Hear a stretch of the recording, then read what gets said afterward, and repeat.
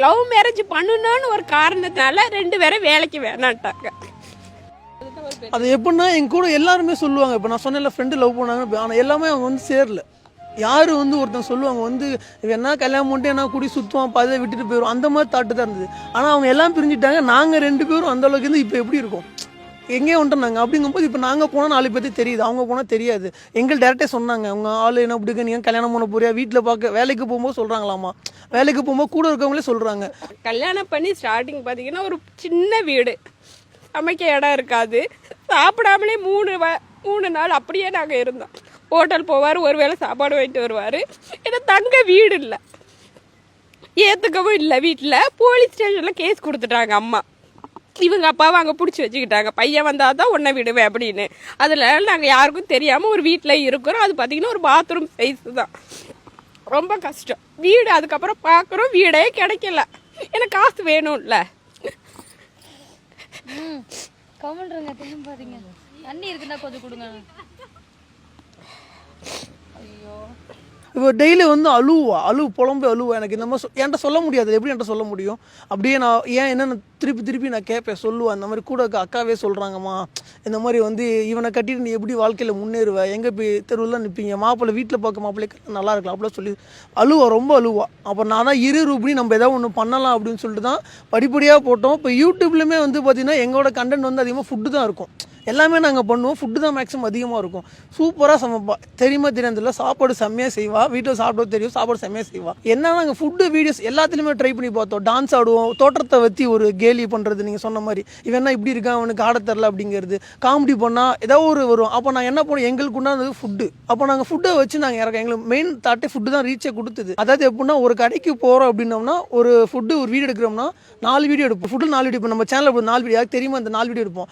மக்கள் பார்க்கும்போது தெரியும், இவங்க டெய்லியும் கடையில் போய் திங்கிறாங்க, டெய்லி கடையில் போய் சாப்பிட்றாங்க. இப்போ நம்ம கோயம்புத்தூரில் இப்போ நம்ம இருக்கோம், இப்போ நம்ம கடையில் சாப்பிட்டோம், இப்போ ஏதாவது வீடியோஸ் எடுப்போம். இல்லை போகிறப்ப நைட்டுனா சமைக்க முடியாது, வீடியோ எடுப்போம். அதை நான் அப்படி போடும்போது பார்க்கும்போது உங்கள் வீட்டில் சமைக்கவே மாட்டாங்களாட்டுக்கோ, என்ன டைம் வீட்டில். அப்போ என்னாச்சு, செகண்ட் சேனல் ஒன்று ஓப்பன் பண்ணோம். செகண்ட் சேனல் ஓப்பன் பண்ணி அதிலே 1.5 மில்லியன் வந்துச்சு. அதில் சமைச்சு போகிற வீடியோ மட்டும் தான் போட்டுட்டு இருக்கோம். அது என்னோட திட்டிட்டு போட்டு சொல்லிட்டு என்னைய கூட வந்து கடைசி வரலும் பார்க்குறவங்க அது தெரியும் எங்களுக்கு கஷ்டம் என்னன்னு. நிறையா இருக்குது, சொன்னால் சொல்லிட்டு போயிட்டே இருக்கலாம், பத்தாது அப்படின்னு சொல்லி கூப்பிட்டாரு. நானும் ஒரு சாரி கட்டிட்டு ஒரு பையில மட்டும் எனக்கு ஒரு அர்ஜென்ட்டுக்கு ட்ரெஸ் மாற்றணும்ல, 2 ட்ரெஸ்ஸோட ஒரு பையோட இவர் கார் வந்துச்சு, ஏறி போயிட்டு மேரேஜ் பண்ணும்போது வீட்டில் சொல்லி சால்வ் பண்ணலாம் அப்படின்னு சொல்லிட்டு பார்த்தோம்.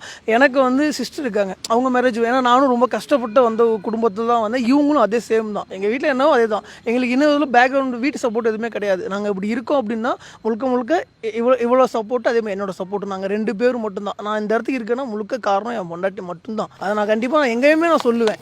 அப்படி இல்லைன்னா யாருன்னு தெரியாது. ஏன்னா நான் அப்போ வந்து பார்த்தீங்கன்னா ரொம்ப சும்மா விளையாட்டு தான் நான் சொன்னேன். அப்போ வந்து ரொம்ப ஒல்லியாக ஒரு மாதிரி தான் இருப்பேன். இவள்கிட்ட கூப்பிட்டு கல்யாணம் பண்ண முதல் நாளுக்கு அங்கே வேலைக்கு போகும்போது வேணா ஆள் அப்படி இருக்கான், என்ன நீ இப்படி இருக்க, அந்த பேட் கமெண்ட் நீங்கள் சொல்கிறது வந்து நிறையா எங்களுக்கு வந்திருக்கு. இவன் அக்கா மாதிரி இருக்கா உங்களுக்கு அப்படின்னு நிறைய சொல்லுவாங்க. அப்புறம் நாங்கள் மாறி வந்தால் இவன் என்ன உனக்கு தம்பி மாதிரி இருக்கான், அதான் சொல்கிறேன் 1000 சொல்லுவான். நான் அந்த சமயத்தில் நான் நொடிச்சு போயிருந்தப்போ இந்த அளவுக்கு நாங்கள் வந்திருக்க மாட்டோம். வீட்டில் வந்து என்ன பண்ணாங்க, கல்யாணம் பார்த்துட்டு இருக்கப்ப பொண்ணு பார்த்து எல்லாம் பண்ணுவோம். நான் சொன்னேன் கொஞ்சம் பொறுமையாக ஒவ்வொரு இதாக போகலான்னு சொல்லிட்டு. எங்கள் வீட்டில் பேசி பார்க்குறேன், எங்கள் வீட்டில் ஒத்துக்கல. டேரெக்டாக சொல்ல இன்டெரக்டாக சொல்லி பார்த்தா ஒத்துக்கல. இவங்க வீட்டில் அதே மாதிரி வந்து சொல்லி பார்த்தாங்க, இவளுக்கு பயம், ஒத்துக்கல. டேரெக்டாக என்ன பண்ண, மாப்பிள்ளைகிட்டே வந்து பிடிக்கல அப்படிங்கிற மாதிரி வந்து சொல்லிட்டான். மாப்பிள்ளை இப்போவே கால் பண்ணு, அவர்கிட்ட சொல்லு, நான் இந்த மாதிரி ஒரு பையனை லவ் பண்ணுறேன் சொல்லுன்னு. அவர்கிட்ட சொன்னதுக்கப்புறம் அவர் அப்படியா, இப்படி தெரிஞ்சிருந்தா நானே கல்யாணத்தை நிறுத்திடுறேன், ஒன்றும் பிரச்சனை இல்லை, பிடிச்சவங்களோட தான் சேரணும் அப்படின்னு சொல்லிட்டு மறு நிமிஷமே எங்கள் அம்மாவுக்கு சொல்லிட்டாரு. அவங்க பிரச்சனை பயங்கரமாக போகும். அவங்க வீட்டில் என்ன பண்ணிட்டாங்க, மண்டைக்கு இல்லை தெரியாமல் சொல்லியிருக்கோம், பொண்ணு அந்த மாதிரிலாம் கிடையாது. ஏன்னா அந்த மாதிரி தான் இருப்பாங்க, சைலண்டாக இருப்பாங்க. இன்னுமே சரி பேசுறது எதுவுமே நல்லா க்ளோஸாக போயிட்டா ஜாலியாக கலாய்ப்பாங்க. மற்றபடி என்ன சொன்னாலும் சரி அது ஒரு சைலண்டாக தான் இருப்பாங்க. பொண்ணு ஏன் பொண்ணலாம் அப்படி பண்ணாது அப்படி சொல்லி அவங்க வீட்டில் சொல்கிறாங்க. இவங்க வீட்டில் சொல்லியாச்சு, மாப்போனா திருப்பி பேசியே போயிட்டாங்க. கல்யாணம் பண்ணி பூ வச்சுட்டு வந்து எல்லாமே பண்ணிட்டாங்க. கடைசியில் பார்த்தா எனக்கு ஒரு பெரிய ஒரு போராட்டமாக போயிட்டு இருந்தது. பார்த்தேன் ஒன்றும் செட் ஆகலை, ₹1 கூட செலவில்லை. என்னோட சேவிங்ஸ் என்னோட அமௌண்ட்டு வச்சிருந்ததுலேருந்து எடுத்தோம். ஃப்ரெண்டு 4 பேர்த்த வச்சு கல்யாணம் பண்ணோம், ஓடி போய் கல்யாணம் பண்ணோம். கல்யாணம் பண்ணி வீட்டில் கொஞ்சம் நிறைய பிரச்சனைலாம் இருந்தது, எந்த ஒரு சப்போர்ட்டுமே இல்லை. ஃப்ரெண்ட்ஸ்னால் வந்து எனக்கு நிறைய ஃப்ரெண்ட்ஸ் இருந்தாங்க. ஆனால் கல்யாணத்துக்கு அப்புறம் வந்து எனக்கு ஃப்ரெண்ட்ஸே அப்படியே இல்லை. எனக்கு ஃப்ரெண்டு எல்லாமே இப்போ இவங்க இருக்காங்கன்னா அதே மாதிரி வந்து என் ஒய்ஃப் தான் எல்லாமே. அம்மானா அம்மா, ஃப்ரெண்ட்னா ஃப்ரெண்டு எல்லாமே தான். ஏன்னா வந்து இப்போ நான் கார் வாங்கினாலும் சரி, வீடு வாங்கினாலும் சரி, பார்த்தா அப்படி இப்படி தெரியும். ஆனால் வந்து எல்லாத்துலேயும் ஒரு உழைப்பு. ஒரு ப்ரெஸ்ஸு வாங்கினாலுமே என்னோட இது ₹1 இருந்தது அப்படின்னா இவோட ஒரு ₹1 இருக்குது, சரி சமம். இப்போ நான் எனக்கு எவ்வளோ பணம் வந்தாலுமே சரி, என்ன கேட்டாலும் நான் வாங்கிக்க சொல்லிடுவேன்.